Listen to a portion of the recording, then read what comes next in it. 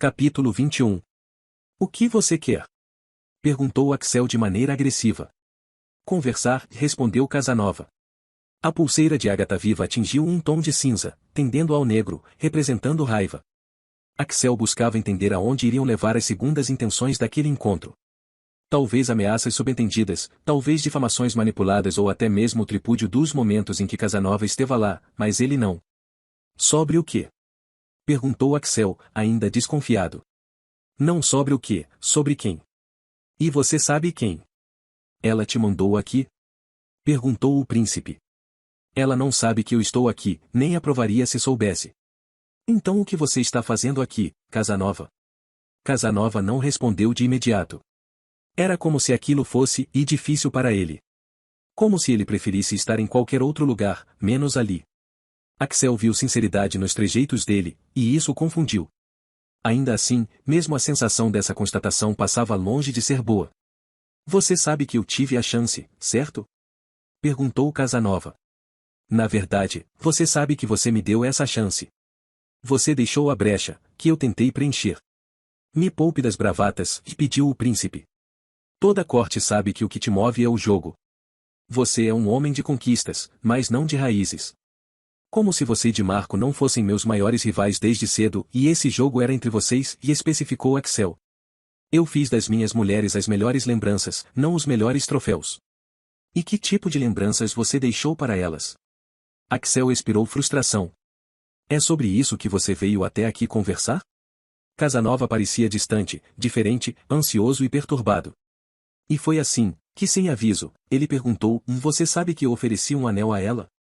A pergunta pegou Axel de surpresa. Eu ofereci, e reafirmou Casanova. Sabe, você tem razão. Para mim sempre foi uma disputa, e eu me considero o melhor nela. Eu tive todas que quis, nenhuma delas à força. E admito, Axel. Eu admito que quando ouvi sobre a plebeia que havia despertado os sentimentos do príncipe da plebe, isso me gerou curiosidade. Apenas isso já a tornou valiosa a mim, antes mesmo de conhecê-la. E, quando eu a vi pela primeira vez, e, mais ainda quando falei com ela pela primeira vez, eu entendi a sua escolha. Ela é algo diferente. Algo difícil de alcançar. Mas então, e que surpresa, você partiu, e a deixou para trás. E Dom Juan se interessou por ela, claro, como não? E Maria Hanson se tornou nossa partida mais difícil e emocionante. Axel apertou os lábios. Aquela conversa lhe embrulhava o estômago por lembrar a ele do que um dia ele próprio já representou. Entretanto, eu posso dizer que eu venci Dom Juan de Marco no jogo com Maria Hanson, mas não posso dizer que eu venci o jogo. E sabe quando entendi isso? Quando deixou de ser um jogo. Axel não queria ouvir nada daquilo. Mas precisava. Talvez até mesmo merecesse. Maria Hanson muda você, não é? Nós estamos acostumados com certo tipo de comportamento na nobreza da parte das mulheres. As personalidades variam, mas elas costumam ser moldadas para agir socialmente de maneira parecida. Nós sempre sabemos o que esperar, ou achávamos que sabíamos. Só que hoje nós vemos uma nova geração se inspirando em Branca Coração de Neve, ou Bradamante, ou Capela, e nós não sabemos mais prever nada. Elas pensam diferentes, elas buscam coisas diferentes, elas são imprevisíveis, Axel. E Maria Hanson parece ser a representação mais perfeita disso. Ela lê mais livros do que nós dois juntos, ela nota detalhes que poucos percebem, ela se preocupa com o coletivo antes do individual. E, como se não bastasse, ela ainda tem cicatrizes no braço por ter jogado uma bruxa num caldeirão fervendo. Apenas o fato de ele conhecer aquele detalhe das marcas, as mesmas marcas que Axel descobriu ali no alto daquela própria catedral no primeiro encontro deles, já lhe tirava o equilíbrio. Sim, e confirmou Axel. Foi a mesma bruxa que matou meu pai. Casanova baixou o olhar, como em um sinal sutil de respeito. Eu sei que vocês têm história, já admitiu. Eu sei, príncipe. Mais intensa do que eu e ela jamais tivemos ao longo do tempo que você não esteve aqui. Ainda assim, eu a tratei bem, sabe? Eu aprendi com ela, e eu construí minhas melhores lembranças. Mas nada disso foi suficiente para ela aceitar meu pedido. E por que você está me contando isso? Porque eu sei que ela vai fazer isso com você também. Os olhos de Axel se abriram e ele caminhou para trás, como se não soubesse mais contra o que estava lutando. Casanova entendeu. Ela já fez isso, né? Deduziu. Axel não negou, o que era o mesmo que confirmar. Ela te contou o motivo? Perguntou Casanova. Axel negou com a cabeça. Casanova, eu nem sei se estamos falando da mesma, e você iria fazer isso comigo quando descobrisse, então é melhor adiantarmos. Foi isso que ela me disse, e cortou o nobre. O príncipe estava rendido, sem qualquer ideia de como reagir diante daquilo tudo. O que você está fazendo aqui, Casanova? Perguntou Axel pela terceira vez. Seja direto comigo. Acredite, mas, e pela primeira vez, e eu quero consertar o coração de uma mulher em vez de parti-lo. Eu quero realmente me importar, príncipe. Eu quero ser o homem que ela viu em mim, um homem maior. Um homem melhor. E, se eu falhei com ela quando tive chance, talvez essa conversa seja minha maneira de buscar uma grandeza em mim que ainda desconheço. Além disso, não há mais o que ser feito, não é? Nós sabemos quem ela escolheu. Por mais surpreendente e altruísta que suas palavras e intenções soem, por que você acha que pode modificar algo entre mim e Maria? Porque eu sei o verdadeiro motivo que a impede, Axel. Ao menos nisso, eu fui melhor do que você.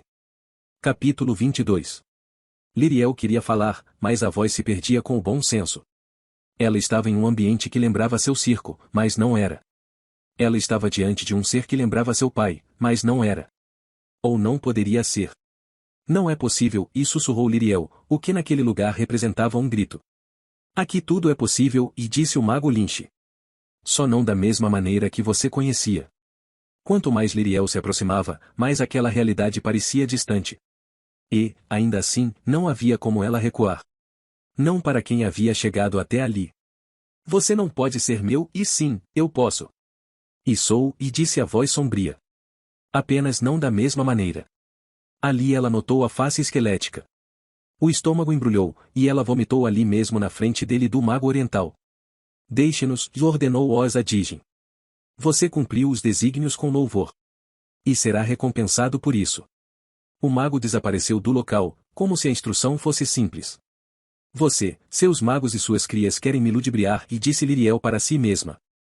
Vocês só podem estar querendo-me, e você se lembra da primeira vez em que usou o trapézio?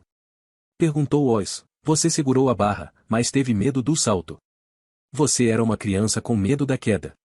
Então eu te perguntei se você preferia ser a larva ou a borboleta. Afinal, as duas tinham a mesma essência, mas apenas uma e era capaz de voar, e concluiu Liriel, ainda para si mesma. Liriel tremia, tentando conter o colapso. Por que você faria isso? Perguntou com voz fraca. Se é mesmo você, e por que você me deixaria pensar que eu estava sozinha todo esse tempo? Por que você, e se tornaria isso? Porque nós dois perdemos tudo quando nos mostramos fracos. E agora nos reencontramos invencíveis. Liriel colocou as mãos na cabeça, se perguntando como um momento que deveria simbolizar seu maior sonho se mostrava, ao mesmo tempo, seu pior pesadelo. Você acha que eu não estive lá? Questionou o mago de Oz, quando você reconstruiu o circo, ou quando você sobreviveu à guerra das facções criminosas, ou quando o ladino matou o assassino enviado pelo pirata. Como assim você esteve lá? O que isso quer dizer? Às vezes eu estou presente como agora na sua frente, às vezes eu estou presente de outras formas, mas, ainda assim, eu estou lá. Eu estive onde você não olhava, e tirando inimigos do seu caminho, e protegendo sua retaguarda quando você não estava olhando, e parando o tempo, e até mesmo movendo objetos para você, e chocou-se Liriel, assim como você. Você está me dizendo mentiras. Isso é impossível. Isso tem de ser impossível. Mas não é, e disse Oz. Mas a voz não vinha do Oz à frente dela.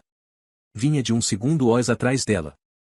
O que, e gaguejou Liriel, atônita e arrepiada, caindo no chão e se arrastando para trás. Esse também sou eu, e disse o segundo Oz, assim como eu, e disse um terceiro Oz, saindo de mais um dos cantos sombrios daquele circo macabro. Que maldito truque é esse? Não é um truque, e disse o primeiro Oz, todos eles também são eu. Todos somos Oz, e disseram os três Oz juntos. Liriel fechou os olhos e afundou os dedos no couro cabeludo, tentando não enlouquecer. Capítulo 23.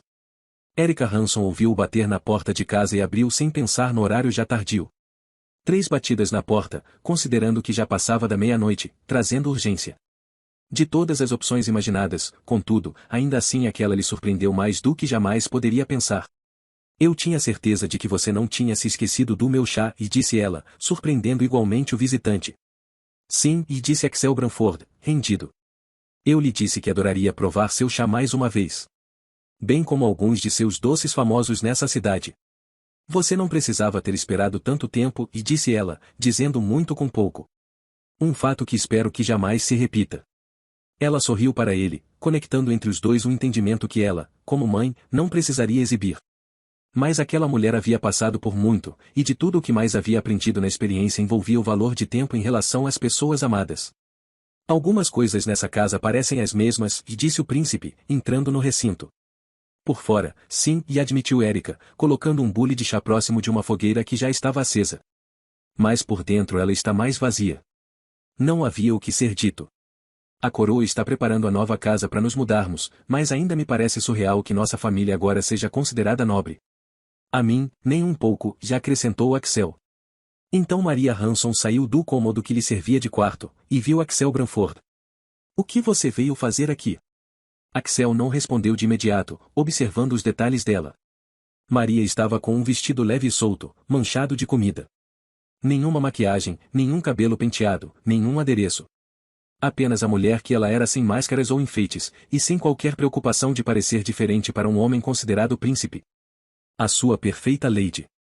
A mulher que ele gostaria de ver ao dormir e ao acordar. Ele veio tomar chá, e disse Erika. E comer doces.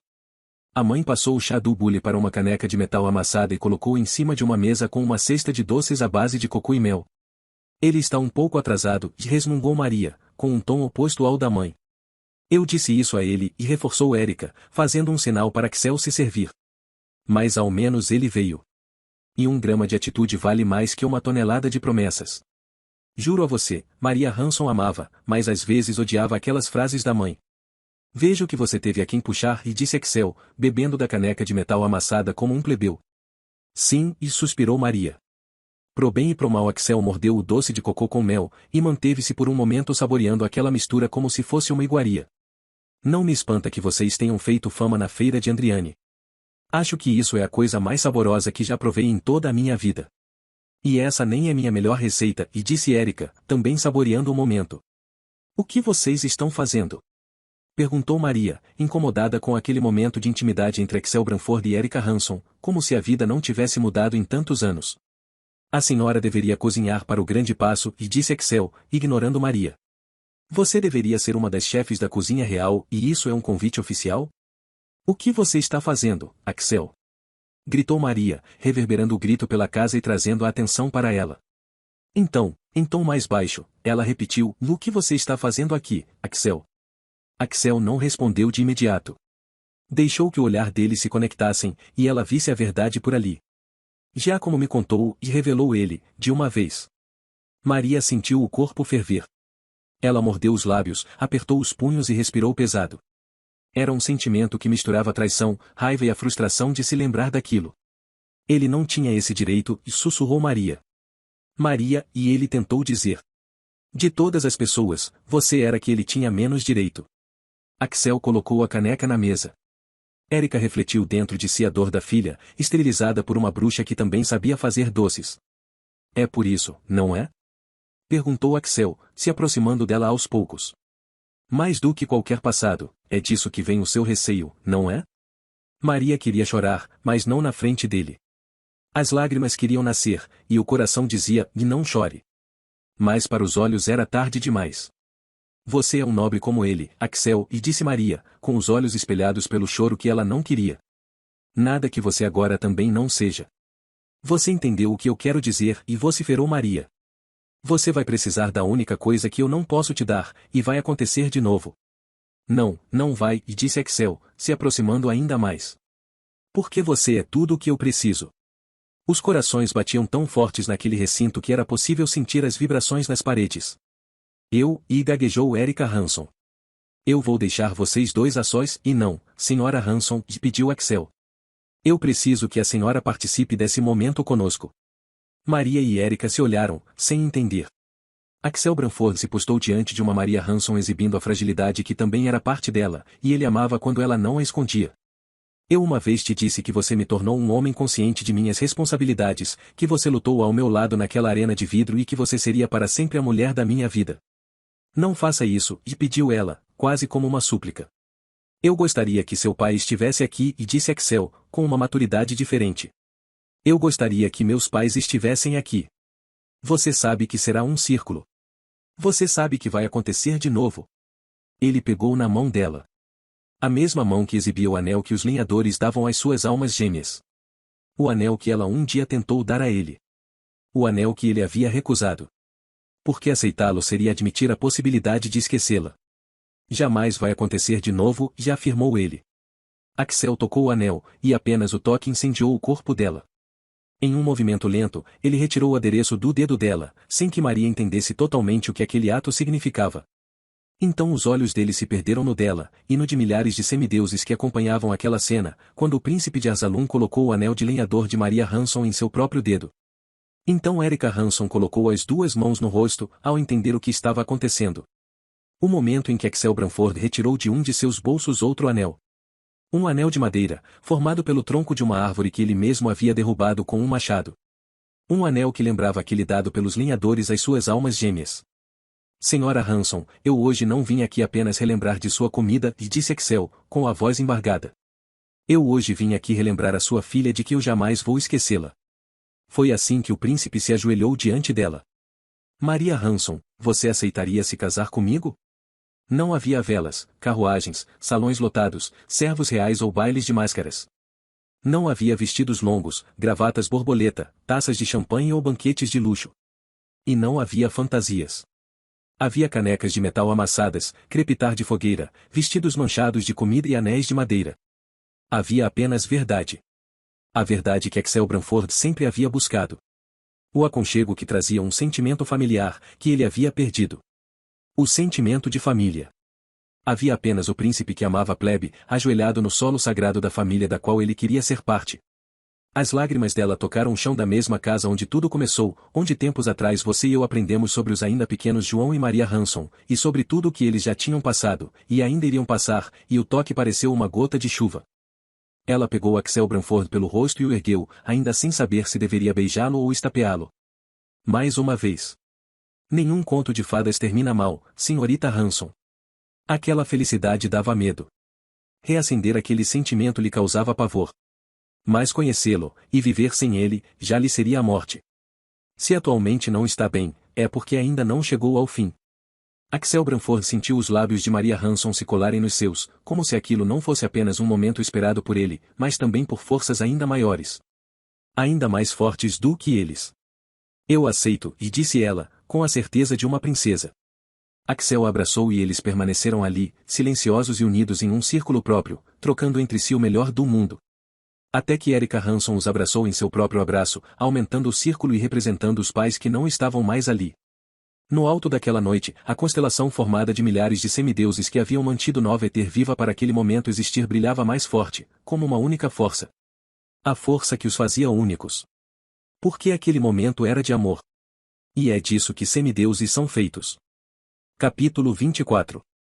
Liriel ainda era loucura. Estava no chão, encostada em um canto iluminado por uma espada de lâmina incandescente, observando três figuras altas, esqueléticas e idênticas, vestidas de negro, lembrando sombras em pé. Isso não é mesmo um truque? Não, não é, e disse o primeiro Oz, dissolvendo os outros dois. Liriel focou o chão, tentando, se não compreender, analisar como seria aceitar aquilo e tentar seguir aquela lógica. É você mesmo, e pai? Perguntou ela, na entonação de uma filha. Por mais que o mago Lynch exibisse um rosto cadavérico, ali aconteceu uma sutil expressão de emoção. Um tipo de sentimento que ele não se lembrava há tempos, mas ainda existia ali. O mundo fantástico de Gabianiani, o relembrou Oz, era esse o lema do circo Gabianiani, você se lembra? Liriel concordou, com a garganta travada, demonstrando que aceitar aquilo seria mais fácil. Aquelas lembranças traziam sentimentos de infância, de pureza, de plenitude, de tudo o que ela havia perdido. Você deve se lembrar da época em que os Ricelli ainda eram a família real, a nossa família era nobre e eu cuidava do tesouro real. Você e sua mãe éramos completos, não éramos? Oh, minha Dorothy! A mulher mais íntegra, mais apaixonada pela dança, a mãe mais dedicada. Com ela você aprendeu a dançar e a conquistar pessoas à primeira vista, eu aprendi a ser artista e a jamais me vender. E, curiosamente, foi isso que a matou. Liriel continuava engasgada. Você se lembra como foi, tenho certeza. Eu vivia em um mundo de mentiras, de propinas, de acordos e de ameaças. E eu escolhi o caminho mais difícil para quem tinha acesso às contas reais, o caminho honesto. Mentiras foram criadas, meu nome foi destruído e a reputação da nossa família jogada na lama. Ainda assim, Liriel, de tudo que nós passamos, a parte mais difícil não envolveu nada relacionado à minha queda, mas a doença da sua mãe. Por que vê-la numa cama, destruída, sem que eu pudesse fazer nada que revertesse aquela morte iminente, e aquilo sim me foi venenoso. E eu desejei que pudesse enfrentar Bianchi. Liriel fechou os olhos, buscando não chorar. Ela pouco a pouco aceitava mais aquilo tudo, mas ainda queria estar pronta para tudo se mostrar um truque. Se não fosse você, eu teria me matado, não tenho dúvidas.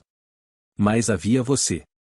Uma adolescente capaz de me convencer a investir as economias que me restaram em um circo em nome de toda a arte que celebrava sua mãe. E assim nasceu o Circo Gabianiani. O nosso circo. Liriel abriu os olhos e cascatas desceram por eles. Os nobres continuaram a ir até o circo, apenas para nos provocar nas arquibancadas.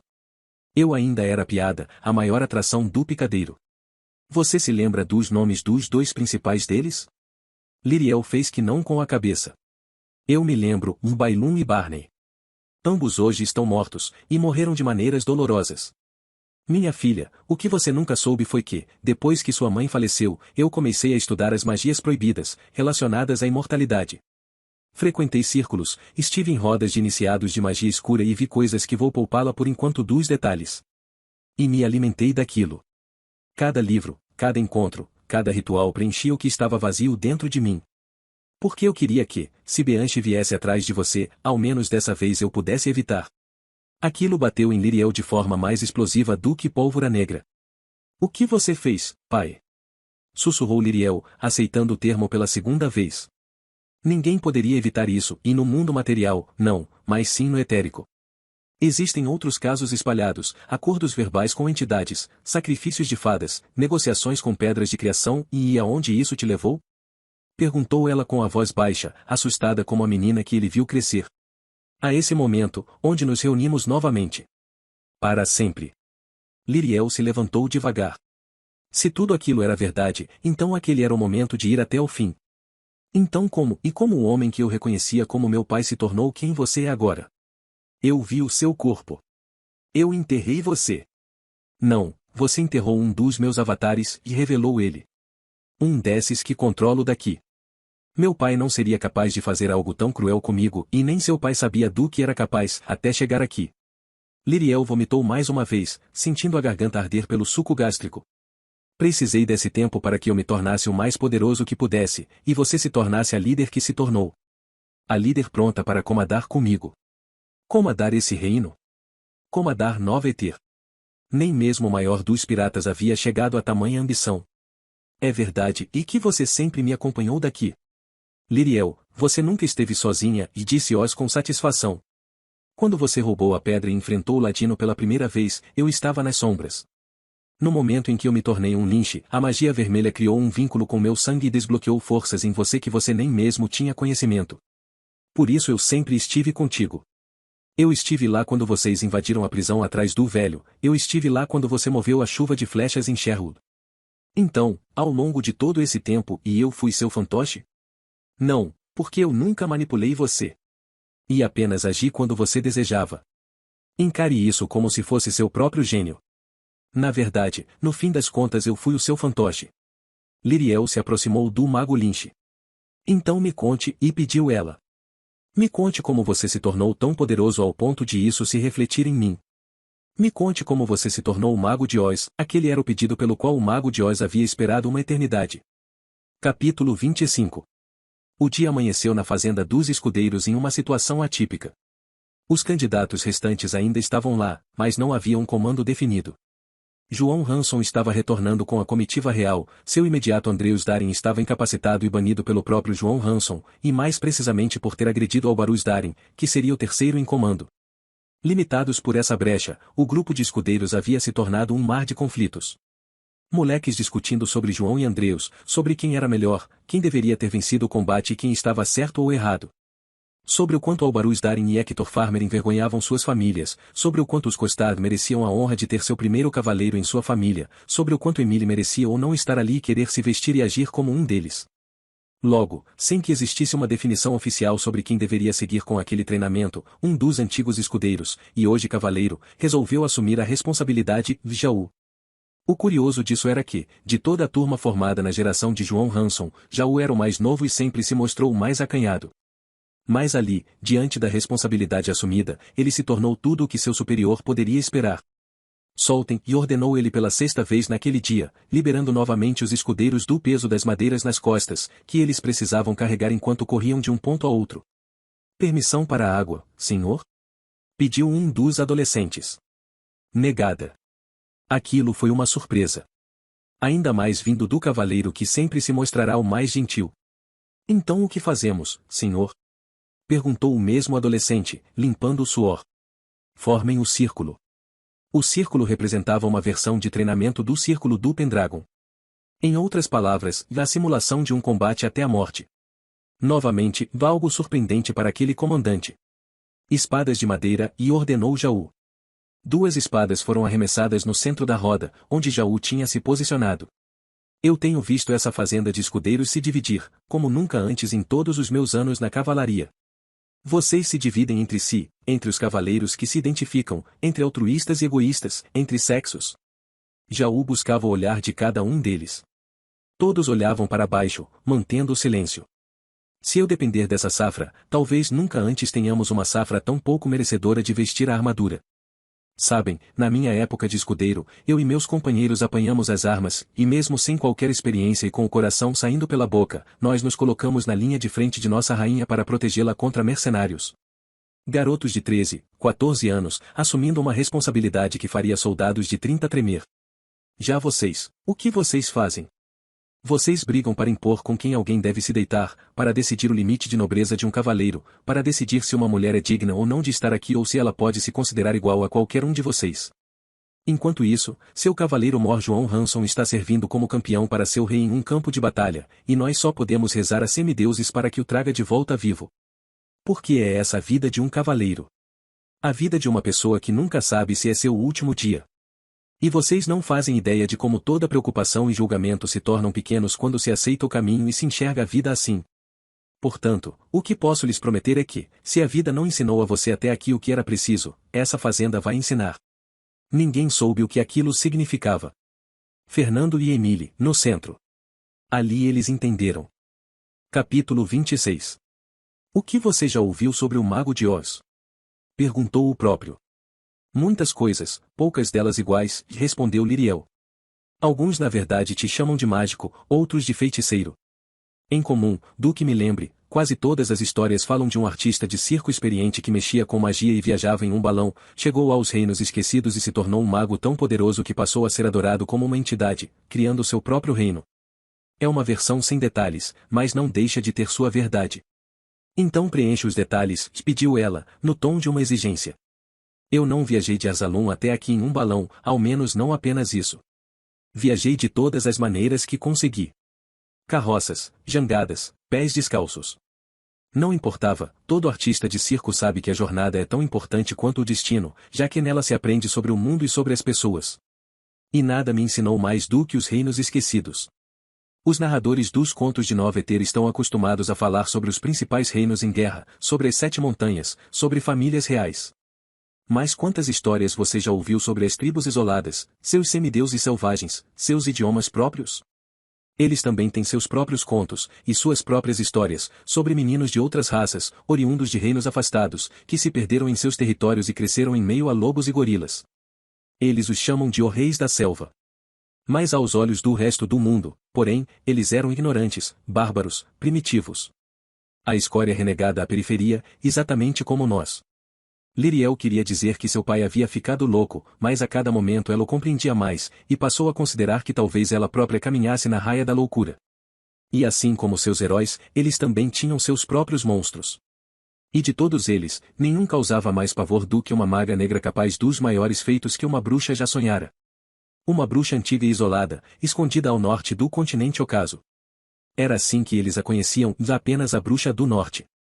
Ninguém a desafiava, ninguém a visitava, mas todos a reverenciavam em uma religião própria. Diziam que ela havia se cansado da humanidade, mesmo da parte que lhe servia, vivendo rodeada de serviçais e pagando o preço da imortalidade. Eu entendia melhor do que ninguém essa sensação, e decidi que iria fazer o que ninguém se atreveria, e eu iria até ela. O Oscar Gabianiani que conheci sempre fazia o que ninguém se atrevia. Era seu maior defeito e sua maior qualidade.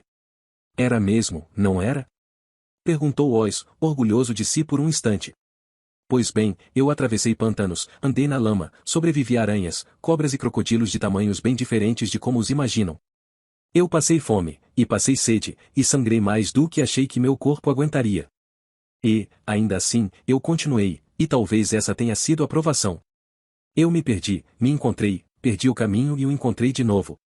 Quando cheguei ao local delimitado por totens e amuletos, os serviçais dela vieram me buscar. Eu fui levado até a bruxa mais temida, e ali eu achei que iria ser sacrificado da maneira mais dolorosa. Mas, em vez de me destroçar e devorar minha carne, ela pareceu curiosa pelo meu atrevimento, e decidiu ouvir minha história, para aí então decidir o que fazer comigo. Você contou a ela? Sim. E o que ela fez? Ela disse que me deixaria escolher entre a boa vida e a vida eterna. Aquela pergunta soava astuciosa. Qual seria a diferença? A boa vida envolve a morte, pois parte do princípio de que a vida é sofrimento e a morte é alívio. Já a vida eterna envolve a iniciação nas artes proibidas e vitória sobre a morte, ao preço do sofrimento eterno. E foi essa a sua escolha, e não. A resposta travou Liriel. Se eu dissesse que queria a vida eterna, ela apenas me sacrificaria e comeria meu coração, pois para merecer a iniciação é preciso primeiro aceitar a morte, e então renascer um iniciado. Então você pediu pela boa vida, e não, e disse Oz, com certo prazer. Eu pedi pela morte eterna. E então ela soube que eu era diferente de todos que ela já tinha visto. E me tomou como discípulo, o primeiro em centenas e centenas de anos. Ela me deixou escolher outro sobrenome, que representasse meu nascimento. Eles tinham matado o legado Gabianiani, destruído nosso circo, destruído nossas vidas. Então eu tomei o sobrenome de sua mãe, aquela a quem valia buscar a imortalidade. E foi assim que Oscar Gabianiani se tornou Oscar Zoroastro. E foi unindo nossas iniciais que nasceu esse reino e nasceu minha fama. Foi assim, minha filha, que nasceu o reino de Oz. Capítulo 27. Vocês dois representam alguns dos opostos desse grupo, e disse Jaú, com Emília e Fernando em pontos distintos do círculo formado pelos candidatos a escudeiros. E hoje eu lhes dou o direito de resolver isso nesse ringue. Se eu lhes ordenar que lutem até que um dos dois caia morto, vocês estariam prontos para isso? Sim, e respondeu Fernando, primeiro. Jaú olhou para Emília. Sim, e respondeu ela, preparando-se para o combate. Então soltem suas espadas, e ordenou Jaú.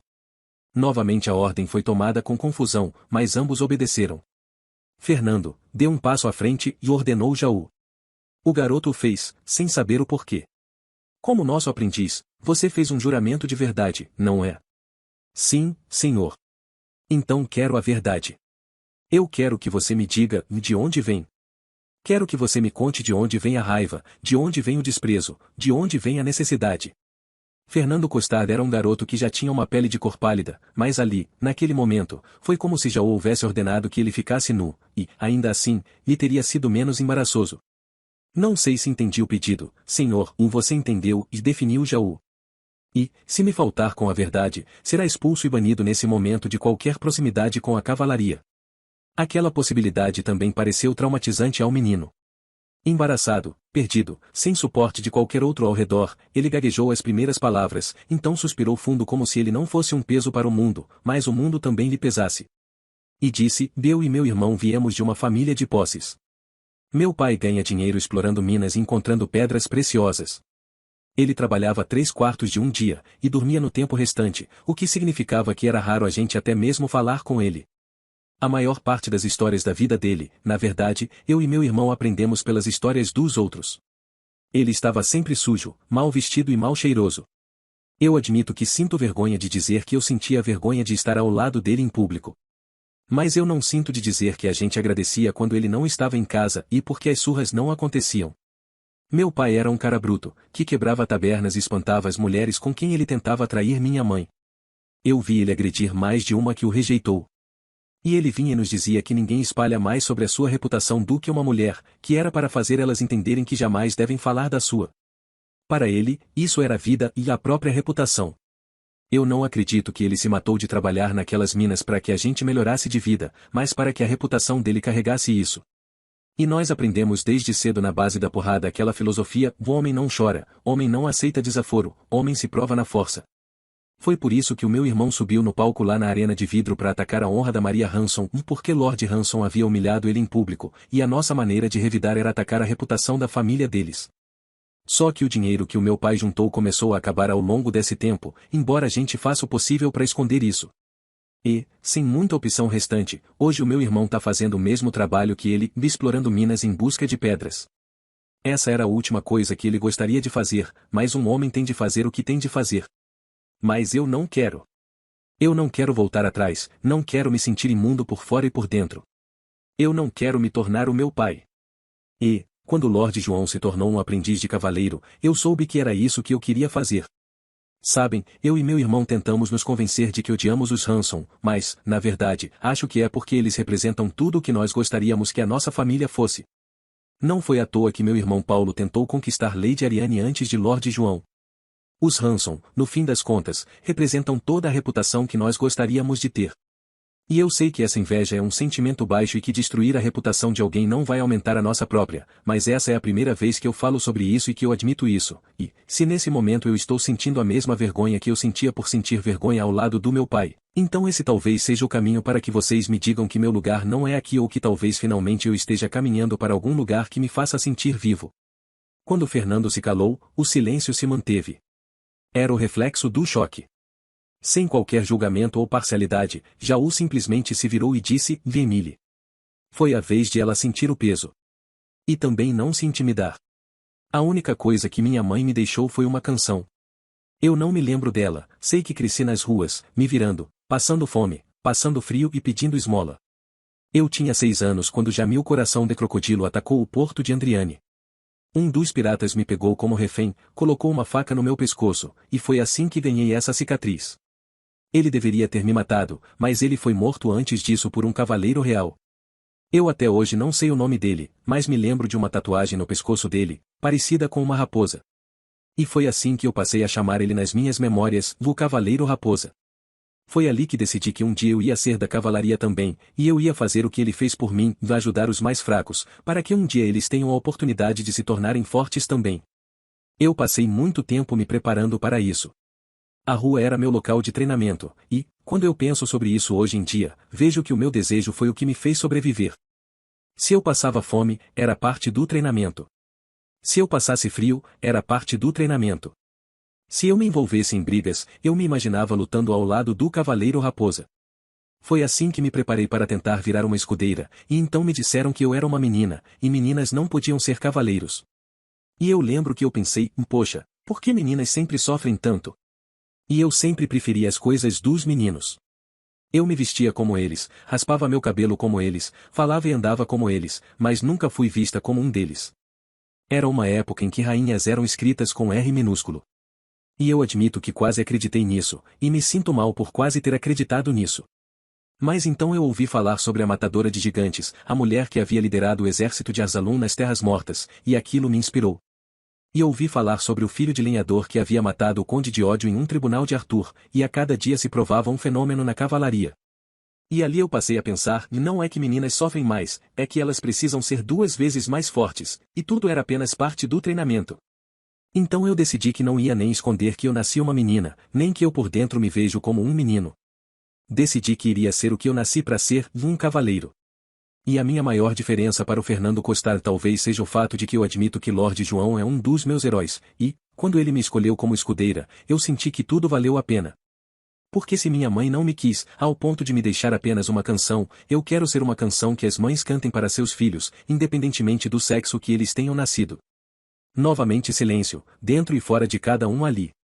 Aquelas histórias tocavam de maneiras diferentes aqueles aprendizes, porque cada um ali também tinha uma história diferente, e essa diferença os tornavam melhores.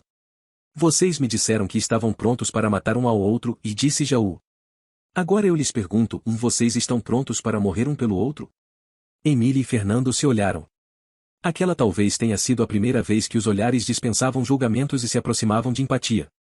Aquele era o primeiro caminho para uma irmandade. Enfim eles passavam a viver o código. Foi naquele momento que gênios cruzaram os céus, invadindo Andriane.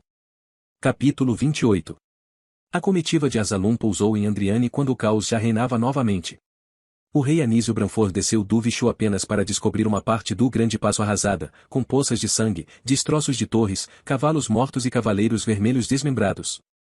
Branca Coração de Neve se mantinha assentada em um dos cantos, com expressão em choque. Bradamante e Ruggiero tentavam ajudar um ao outro, em meio a ferimentos que criavam rastros de sangue. Inicialmente o campeão de Asalum, João Hanson, buscou entender de seus cavaleiros ainda de pé que tipo de ameaça eles tinham enfrentado, ou ainda estavam enfrentando, mas sua visão identificou Ariane Naren ao fundo, e nada mais lhe importou. Então Ariane lhe mostrou Maria, sentada em um canto, consolada por Axel Branford. No centro do cenário, o corpo de um elfo-rei. O que aconteceu aqui? Perguntou Anísio Branford, em meio ao cenário caótico. A pergunta não é essa, e rosnou Axel, olhando para Anísio como um cão prestes a avançar. A pergunta é, o que você fez? Sim, eu sei. Todo esse cenário deve parecer a você tão confuso quanto para Anísio Branford. E, como narrador, aqui eu teria a opção de deixar as pessoas contarem ao rei de Asalum o que aconteceu, e deixar que você entendesse junto com ele. Contudo, em vez disso, talvez seja mais interessante mexer novamente no espaço-tempo, retornar a narrativa para momentos antes desse acontecido, e fazer você ver como aconteceu. Acredito que você se lembre de como funciona. Respire fundo, se concentre na minha voz e retorne comigo para 1 hora antes da chegada da comitiva de Asalum. 1, 2, 3. Axel Branford havia chegado ao grande passo ao lado de Maria Hanson. Os dois entraram de mãos dadas, com alianças de madeira nos dedos, talvez a primeira da história de um príncipe de qualquer reino. Axel pediu pela presença da Rainha Branca Coração de Neve, de Ariane Naren, do professor Sabino von Fígaro, da Major Bradamante e do capitão Ruggiero. Como o rei Anísio Branford e o Lorde João Hanson ainda não tinham retornado com a comitiva de Asalum, aquelas eram as pessoas mais importantes para o que ele tinha a comunicar. E foi diante delas que Axel Branford comunicou que iria se casar com Maria Hanson. E que Asalum tinha uma nova princesa. Você deve imaginar o que foi aquilo para aquelas pessoas. Risos, choros, taças, discursos, beijos e abraços. Axel e Maria sempre fizeram sentido juntos, e por muito tempo, eles estiveram separados.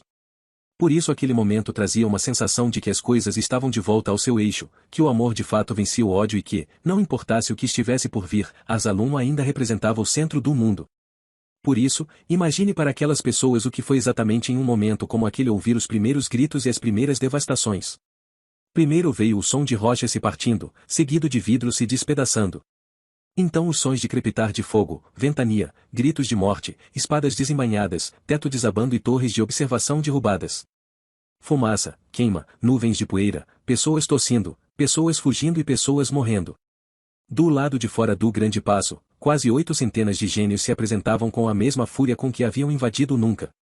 Eram sons de relinchar de cavalos, seguidos de mais desmoronamentos, gritos de pessoas queimadas vivas e o emudecimento de pessoas congeladas em blocos de gelo. Axel gritou para que Branca, Maria, Sabino e Ariane buscassem uma sala de proteção do grande passo, enquanto Bradamante e Ruggiero sacavam suas armas buscando inimigos. Mas tudo era rápido demais quando se tratava de seres elementais. Os gênios já estavam ali. Um gênio de pedra quebrou uma das paredes, invadindo o salão e abrindo uma brecha por onde outros chegaram. Gênios do ar despedaçaram vitrais e desceram flutuando, enquanto outros elementais simplesmente chegavam pela entrada principal, deixando mortos pelo caminho. Ruggiero e Bradamante mostraram suas armas e se prepararam para o combate, mas mesmo eles, acostumados a matarem monstros, foram atropelados pelo inesperado. A espada de Bradamante girou e cortou com ferro frio um gênio do ar, mas logo em seguida um jato de água lhe voou no rosto e lhe tirou o ar. Ainda assim a antiga campeã de Asalum avançou de olhos fechados, encontrando inimigos no escuro. 1, 2, 3, 4 gênios sentiram o corte das lâminas com runas e relembraram uma sensação esquecida há séculos, dor. Do outro lado, Ruggiero estalou seu chicote, mas a arma não se mostrava eficiente contra elementais. O guerreiro acionou a runa e o chicote incendiou, e isso lhe fez ganhar tempo, pois feriu alguns gênios de ar. Mas havia gênios de fogo que não se intimidavam e gênios de água que lhe inutilizavam. Antes que se dessem conta, o chicote de Ruggiero foi congelado, e o gelo se estendeu até seu punho. 4 elementais de pedra circundaram Bradamante, usando seus corpos como cela. Então os gênios de fogo superaqueceram o círculo formado, e Bradamante desmaiou sufocada. Axel mantinha Maria, Ariane, Branca e Sabino atrás de si, como se fosse capaz de protegê-los. Ele tentou atacar um gênio de pele rochosa, mas foi como socar uma parede, e ele teve sorte que seu punho não se quebrou. Pior do que a dor do golpe, porém, foi a da frustração de descobrir que todo o seu treinamento se mostrava inútil diante de seres tão poderosos. Assim os elementais cercaram todas as saídas daquele salão, enquanto do lado de fora soldados que não haviam ido com Anísio Branford para as Terras Mortas ainda insistiam em lutar e morrer diante de seres fantásticos que jamais haviam temido quando escravizados. Até que, sem aviso, um corpo caiu do alto em um sonoro boom no meio do salão real. Foi preciso esperar a poeira erguida baixar para então o cadáver sob o solo rachado poder ser reconhecido. Não, não é possível, e gaguejou Axel. Ali estava o corpo do elfo-rei Peter Pendragon. Axel Branford já havia passado por diversos momentos tensos em sua vida como príncipe de Arzalum, e, ainda assim, aquele o estremeceu por completo. Do alto desceu Aladdin, passando pelo buraco aberto pelo corpo jogado e tocando o solo de maneira leve. Em sua posse, trazia uma refém amarrada e amordaçada, que o gênio lhe mostrou como um troféu. Levite, e sussurrou Axel, alto o suficiente para que os outros ouvissem. Maria Hanson travou em choque pela revelação, pela situação e pelo despreparo. Axel foi à frente, encarando o intruso de volta. O que? E voltou a fraquejar o príncipe. O que é tudo isso? Aladdin focou os olhos em brasa nele. Vocês sabem o que estamos fazendo aqui. A Rainha Branca iria dizer que não, mas antes disso, sim, eu sei, e admitiu Axel, rendido. Aladdin gostou daquilo. Da sensação de vê-lo admitir aquilo. Como é a sensação de vocês se sentirem na lâmpada? Perguntou o gênio. O que você está fazendo com ela? Perguntou Axel. O que você fez com o rei Peter Pendragon? A elfa demonstrava os sinais do abatimento. Antes sempre vívida em meio aos olhos brilhantes sem pupilas e pele bronzeada, ali se encontrava uma Levite frágil, machucada e exausta. Eu o matei quando destruímos o Nunca. Axel perdeu o equilíbrio e iria tombar, se Sabino não o segurasse. É de difícil compreensão como uma raça tão poderosa como a minha tenha servido de escrava para sua humanidade por tanto tempo. Nós somos seres capazes de gerar os desejos, a questão antes apenas era que gênios não tinham os seus próprios porque lhes faltava um comando. Uma ausência que agora não existe mais. E então, quando as correntes caem, os acorrentados descobrem sua força, e aqui estamos, destruindo sem dificuldades todas as ideias de força e superioridade de sua sociedade. Então é por meio da destruição que vocês pretendem reconstruir sua história? Perguntou a rainha, quando o príncipe perdeu a voz. Talvez, e admitiu Aladdin. Se seguirmos seu exemplo. Quem é você? Perguntou a rainha, com a voz de comando que faltava naquela situação. Eu sou Efree, um gênio de fogo, escravizando o corpo de um hospedeiro que um dia me escravizou. Sua raça nos batizou de Aladdin e revelou ele, como se o termo fosse um troféu. E o que você veio fazer aqui, Efree? O gênio por um momento se mostrou surpreso de ver uma rainha tratando-o pelo seu nome. Eu quero lhes dar a chance para que a raça humana se submeta a todas aquelas que julgou inferiores. O que isso significa? Dessa vez não será uma guerra única em territórios separados, mas uma única batalha de todos os reinos. Nós queremos que vocês tragam as fadas e os gnomos, as mesmas raças que nos escravizaram. Nós não temos como fazer isso, e disse a rainha. Sim, vocês têm. Nós somos gênios e sabemos dos acordos. Silêncio. Até que Aladdin tocou na pele de Levite e a princesa élfica gritou de dor com o toque de fogo. Pare com essa tortura, seu maldito! Gritou Axel. O que você nos pede está além do, e está certo, e disse a Rainha Branca, com uma firmeza que assustou os outros ao redor. Inclusive Axel Branford. Nós iremos batalhar às margens do Lago do Sol, diante da Árvore do Mundo. Vocês e Oz irão levar seus exércitos de humanoides, e nossa aliança humana irá convocar o exército feérico. Mas, quando Mantaquim descer a fúria de suas fadas de guerra em suas cabeças, não se esqueça de que foram vocês que pediram por isso. Trazer Mantaquim ao campo de batalha não lhes trará uma vantagem, e afirmou Aladdin. Apenas vai equilibrar as coisas quando nós abrirmos os portões de arames. Ali mesmo Branca Coração de Neve, acostumada a esconder suas emoções quando preciso, revelou o abalo. Mas, ao vencedor da batalha, que se entregue o verdadeiro Merlin. E então foi assim, com humanos em choque tratados de guerras estabelecidos, que gênios deixaram o grande passo, levando o corpo de uma princesa élfica viva e deixando para trás o corpo de um elfo-rei morto. Mas lembre-se, nossa narrativa já está mais avançada do que isso. Então vamos comigo momentos à frente, quando o rei Anísio Branford já está ali, diante do caos, tentando entender seu novo desafio como rei. Confie em mim e avance comigo. 1. 2. 3. A pergunta é, o que você fez? Ainda ecoava a voz de Axel Branford pelo salão. O rei Anísio se manteve em silêncio, rendido diante de uma situação para a qual não tinha como ter se preparado. Ele buscou reforço em sua rainha, mas o olhar de Branca apenas lhe dizia de volta tudo o que Anísio não queria. Os segredos do grande passo haviam caído, e era hora de serem revelados. Axel, venha comigo, pediu Anísio Branford, se dirigindo para fora do salão destruído, como se o cenário não merecesse pânico. Aquela conversa seria difícil. Capítulo 29. Anísio contou a Axel sobre Oz e tudo o que aconteceu em sua passagem pelas Terras Mortas. Sobre Helena Bravaria e o assassinato de Ferrabras a sangue frio, sobre a unificação dos reinos sob a bandeira de Oz e sobre como Arsalum talvez não fosse mais o maior dos reinos, nem ele o maior dos reis. A reação de Axel não foi de choque, mas de alguém que achasse tudo aquilo um destino merecido. Então dessa vez você saiu derrotado das Terras Mortas, comentou Axel. Todos nós saímos, corrigiu Anísio. Principalmente Arsalum. Talvez.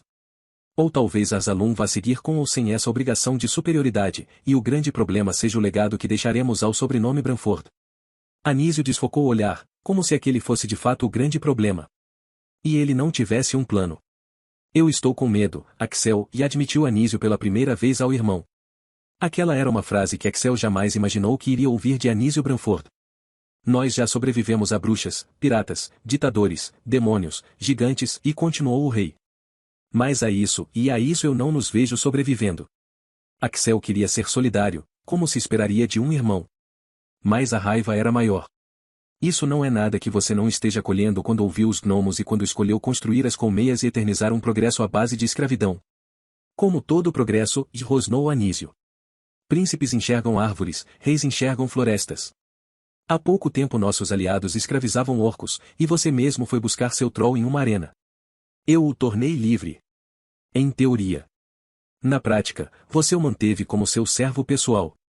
Mas eu não estou lhe julgando aqui, apenas comprovando que as verdades mudam quando nos é conveniente. Eles estavam no mesmo quarto que antes fora de seus pais, e Anísio ordenou que nada fosse modificado, nem mesmo a posição dos chinelos. Axel observou quadros caídos pela luta travada no grande passo com a face das pessoas que ele mais queria que estivessem ali. Eles mataram o rei Peter, sussurrou Axel, como se o corpo não estivesse no salão principal. E eles estão com Nivite, e também dizimaram alguns dos nossos melhores cavaleiros, e acrescentou Anísio. Sem esforço. Aquela cena era difícil de ser definida. O momento em que os irmãos Branford se conectavam pela angústia. Por que ele acha que nós temos poder de levar as fadas para o campo de batalha? Perguntou Axel, de repente. Anísio fez uma pausa, como se não quisesse responder. Eu sei que você sabe a resposta, Anísio. E não tivesse escolha. Porque esse foi o acordo para que nosso pai se casasse com nossa mãe. Axel sentiu o estômago embrulhar. O que você está me dizendo? Perguntou em tom alterado. O que sempre te protegeram de ouvir. Axel pressionou as mãos contra a própria cabeça em um sinal de perda de controle. O acúmulo de sentimentos destrutivos estava transbordando, e ele estava cansado de tantos segredos reais. Não me proteja, irmão, pediu o príncipe de Arsalum. Não há mais motivos. Eu concordo, disse Anísio, olhando um quadro caído de Primo Branford. O que eu vou contar prometia aos nossos pais levar ao túmulo, mas, nas atuais circunstâncias, talvez nós já estejamos mortos. Ainda não. Talvez perto, mas ainda não. A história da ascensão de nosso pai ao trono não é precisamente como a contada em Caçadores de Bruxas. Claro, é a versão que nós queremos que o povo conheça, e é o melhor espetáculo que poderíamos ter em um palco, mas não é a mais precisa. Sabe, quando as Magas Negras trouxeram o terror a Arsalum e destruíram a família Risselli, nosso pai era apenas um homem comum dotado de uma força de vontade sobrenatural. Converse com nossos tios e eles irão lhe contar histórias de como iam dormir ouvindo o irmão mais velho trabalhando até o início da madrugada e estando de pé antes deles na manhã seguinte. Primo Branford era um homem obcecado. Foi assim como moleiro, foi assim como rei. Mas ele nunca pensou em ser rei. Sim, foi o povo quem o incentivou após a caçada. Não foi o povo, foi a fada da terra, e disse Anísio, com certa distância. Foi Terra Branford. Você quer dizer, vá nossa mãe. Anísio fez uma pausa e suspirou, virando-se de costas. Então fechou os olhos para não ver o rosto de Axel naquela revelação. Eu quis dizer a sua mãe. Axel não reagiu de imediato, pois o cérebro não entendeu a informação por completo a princípio ou se recusou a entender. Eu acho que você está confuso sobre o que está dizendo. Anísio decidiu se virar e olhar para ele, a fim de que Axel Branford entendesse que aquilo era sério. É você que não está entendendo, Axel. Eu não sou filho de Terra Branford. Axel perdeu o equilíbrio, tropeçou e caiu em cima do quadro de Primo Branford, rasgando a tela e separando o rosto de seu pai em duas faces. Capítulo 30. Liriel entrou em um salão morto.